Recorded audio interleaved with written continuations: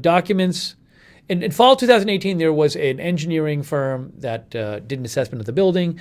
The inspection found a major error in the design of the buildings, crumbling concrete columns in the garage area beneath the structure, and predicted failure to fix the problems in the near future will cause the extent of the concrete deterioration to expand exponentially. In the letter written this April, Wadnicki, who's the head of the president of the condo board, noted, indeed, the observable damage in the garage has gotten significantly worse since the first inspection. Let's see here.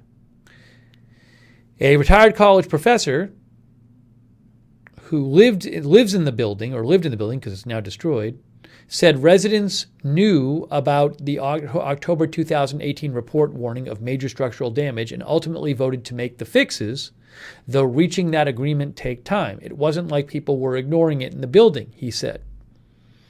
But when residents first discussed the report in 2018, the $7 million price tag led to turmoil on the condo association's board, he recalled. A new board eventually took over, extremely dedicated and conscientious people, he said.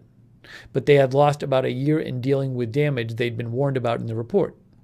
He also said the board's recent assessment, I guess, of how much it would cost was much higher.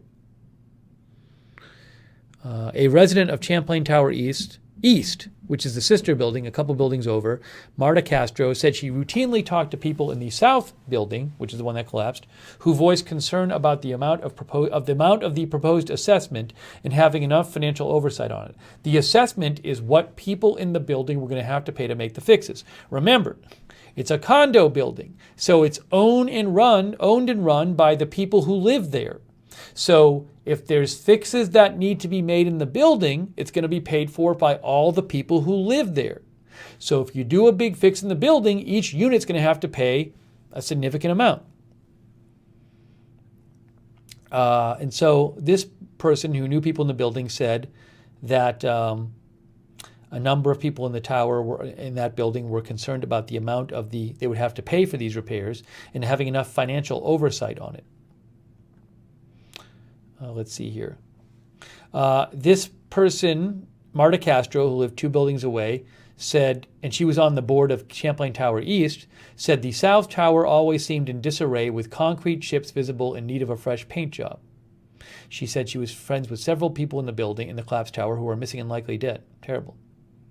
But as far as she knew, the South Towers Condo Association was competent, she said. She's angered by any lapse in government oversight which might have happened that would allow the building to reach such a decrepit state.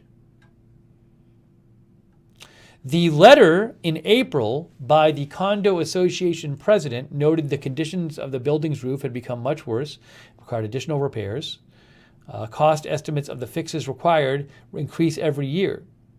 The estimated bill for all repairs, wow, see this?